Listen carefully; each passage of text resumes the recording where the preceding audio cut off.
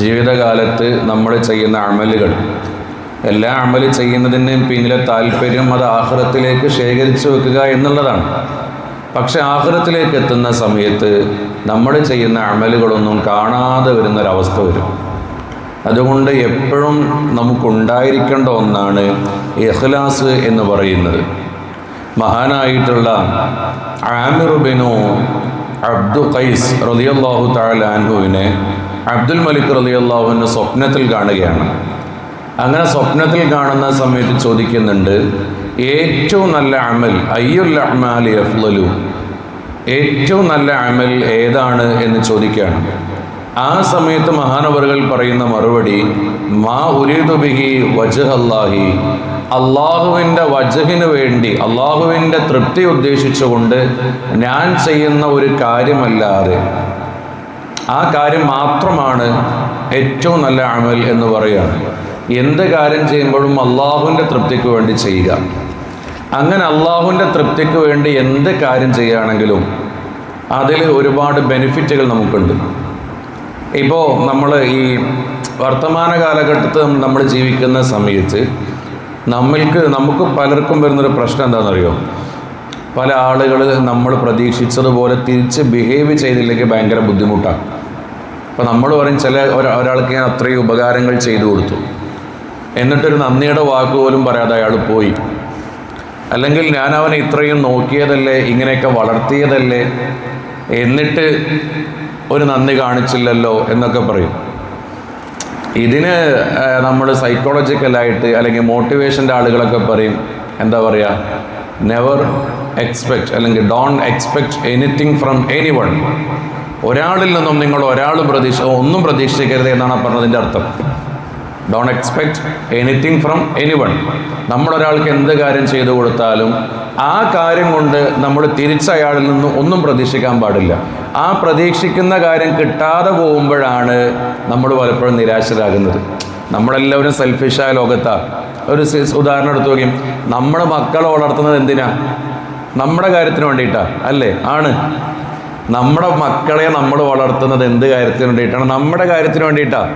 പറയുമ്പോൾ നമ്മുടെ മകനാണ്, നല്ല വിദ്യാഭ്യാസം കൊടുക്കണം, അപ്പോൾ ആ വിദ്യാഭ്യാസത്തിന് വേണ്ടി ആ കാര്യങ്ങളൊക്കെ ചെയ്യും. ഇങ്ങനെ ഒരുപാട് കാര്യങ്ങളൊക്കെ നമ്മൾ പറയുമെങ്കിലും അതിൻ്റെ പിന്നിലെ പ്രധാന താല്പര്യം എന്ന് പറയുന്നത് സെൽഫിഷ് തന്നെയാണ്. നമുക്ക് വേണ്ടിയിട്ടാണ്. ഭാര്യമാർക്ക് നല്ല വസ്ത്രം കൊടുക്കുന്നു, അടിസ്ഥാന സൗകര്യങ്ങൾ വർദ്ധിപ്പിച്ചു കൊടുക്കുന്നു. ഇതിൻ്റെ പ്രധാന താല്പര്യം എന്താ? നമുക്ക് വേണ്ടിയിട്ട് തന്നെയാണ്. സംശയമുണ്ടോ? ഉണ്ട്. ഞാൻ പറഞ്ഞുതരാം. എന്തിനാ മക്കളെ വളർത്തുന്നത്? അവർക്ക് വിദ്യാഭ്യാസം കൊടുക്കണം. എന്തിനാ? അവർക്ക് നല്ല വിദ്യാഭ്യാസമൊക്കെ കൊടുത്ത് നല്ല റാഹത്തിലായാൽ ഭാവിയിൽ അവർ സെറ്റിലായി കഴിഞ്ഞാൽ നമ്മുടെ കാര്യം അവർ നോക്കിക്കൊള്ളും. പിന്നെ നമുക്ക് ജോലിക്കൊന്നും പോവാതെ ഒരവസ്ഥ വരുന്ന സമയത്ത് ഉപ്പയാണല്ലോ ഉമ്മയാണല്ലോ ആ കാര്യങ്ങളൊക്കെ ആര് നോക്കിക്കൊള്ളും? മക്കൾ നോക്കിക്കൊള്ളും. പറയുമ്പോൾ നമ്മൾ പറയും, അന്ന് അവൻ്റെ പഠനക്കണ് പൂർത്തിയാക്കി പിന്നെ അവൻ്റെ സങ്കടം കാണണ്ടല്ലോ, അവൻ്റെ കണ്ണുനീര് കാണണ്ടല്ലോ എന്നൊക്കെ പറയുമെങ്കിലും അങ്ങനെ തന്നെ അതെല്ലാത്തിലും ഒരു കുട്ടിനെ മുത്തഅല്ലിമാക്കി പണ്ഡിതനാക്കി മാറ്റുന്നതിൻ്റെ പിന്നിലെ താല്പര്യം എന്താണ്?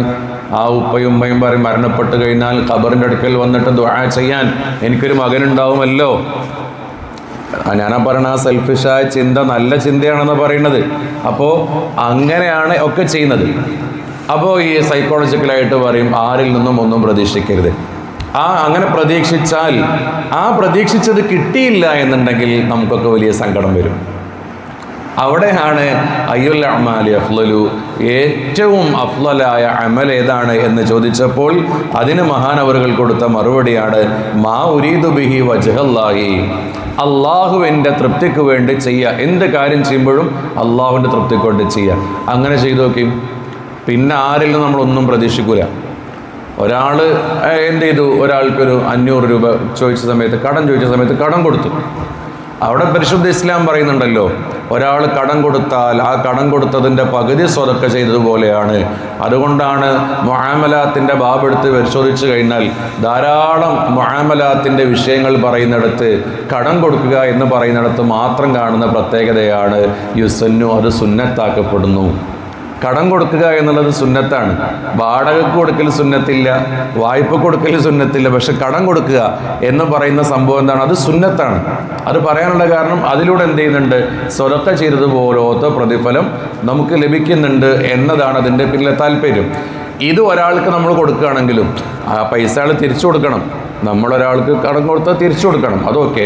ഞാൻ പറയുന്നത് അങ്ങനെ നമ്മൾ ഒരാളെ സഹായിക്കുന്ന സമയത്ത് പോലും അള്ളാഹുവിൻ്റെ കൽപ്പന ഉണ്ടല്ലോ, മുഅ്മിനീങ്ങൾ പരസ്പരം എന്ത് ചെയ്യണം? ബിർറ് കൊണ്ട്, തഖ്വ കൊണ്ട് അവരെന്ത് ചെയ്യണം? ഗുണം ചെയ്തുകൊണ്ട് പരസ്പരം സഹായിക്കണം എന്ന കൽപ്പന ഉണ്ടല്ലോ. അപ്പോൾ അതുകൊണ്ട് ഞാൻ എന്ത് ചെയ്യുന്നു? സ്വതക്ക കൊടുക്കുന്നു, അയാൾക്ക് കടം കൊടുക്കുന്നു. അപ്പോൾ അള്ളാഹിൻ്റെ അടുത്ത് പ്രതിഫലമുണ്ട്. ഇനി നമ്മൾ ആ പൈസ കൊടുത്ത്, ചിലപ്പോൾ കടം കൊടുത്ത പൊതുവെ അങ്ങനെയാണല്ലോ, ആ പൈസ തിരിച്ച് കിട്ടാനൊക്കെ ബുദ്ധിമുട്ടി കഴിഞ്ഞാൽ നമുക്കൊരു സങ്കടം വരില്ല. കാരണം ഞാൻ ചെയ്ത് അള്ളാഹ്ക്ക് വേണ്ടിയിട്ടാണ്, എന്നെ ചെയ്തത് അള്ളാഹു തആലക്ക് വേണ്ടിയിട്ടാണ്. ദീനിന് വേണ്ടി ഖിദ്മത്ത് ചെയ്യുന്ന സമയത്തും ഈ നിയ്യത്ത് വളരെ പ്രധാനപ്പെട്ട ഒന്നാണ്. ഈ നിയ്യത്ത് വളരെ പ്രധാനപ്പെട്ട ഒന്നാണ്. ഇപ്പം ദീനിന് വേണ്ടി ഒരാൾ ഒരുപാട് കാര്യങ്ങളൊക്കെ ചെയ്തു, എല്ലാ കാര്യങ്ങളും ചെയ്ത സമയത്ത് അവസാനം അയാളിൽ നിന്നൊരു മിസ്റ്റേക്ക് പറ്റി, അയാളെല്ലാവരും കൂടെ കൂടിയിട്ട് പുറത്ത് കിട്ടുമെന്ന് കരുതിക്കൊള്ളും.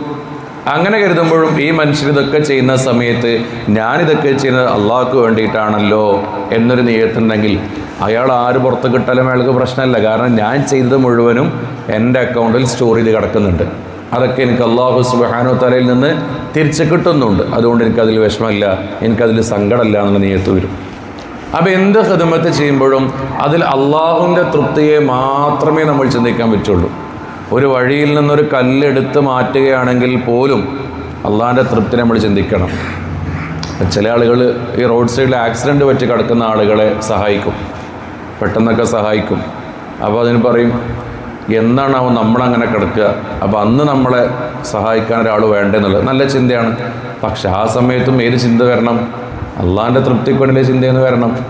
ഇനി ഇയാളുടെ ആക്കിബത്ത് അള്ളാഹ് തീരുമാനിച്ചത് അങ്ങനെ റോഡ് സൈഡിൽ ആക്സിഡൻ്റായി മരിക്കണ സമയമാണെങ്കിൽ ആ സമയത്ത് അയാളുടെ ഈമാൻ പോവും. അയാൾ ഞാൻ എത്ര ആളുകളെ സഹായിച്ചിരിക്കണം, എന്നിട്ട് എന്നെ സമയത്ത് സഹായിക്കാൻ ആരും ഇല്ലാണ്ടായി പോയല്ലോ, അപ്പോൾ ആ ചെയ്തിൻ്റെ പ്രതിഫലവും പോയി, ഇതിൻ്റെ പ്രതിഫലവും പോയി. നേരെമറിച്ച് ചെയ്ത കാര്യങ്ങളൊക്കെ അള്ളാഹു തആലക്ക് വേണ്ടി. അങ്ങനെ വരുന്ന സമയത്ത് ആ സമയത്ത് ഈ മനുഷ്യൻ ചിന്തിക്കുകയാണ്, എൻ്റെ ആക്കിബത്ത് ഇങ്ങനെയാണ് അള്ളാഹ് കണക്കാക്കിയിട്ടുള്ളത്. അങ്ങനെ തവക്കുലിൻ്റെ മർത്തബയിലേക്ക് നമ്മൾ എത്തണമെന്നുണ്ടെങ്കിൽ ഇഖ്ലാസ് വളരെ പ്രധാനപ്പെട്ട ഒന്നാണ്. അപ്പോൾ അതുകൊണ്ടാണ് മഹാനവറുകൾ മറുപടി കൊടുത്തത്, അള്ളാഹുവിൻ്റെ വജ്ഹിൻക്ക് വേണ്ടി ചെയ്യുന്ന കാര്യങ്ങളാണ് ഏറ്റവും നല്ല കാര്യം എന്ന് പറയുന്നുണ്ട്.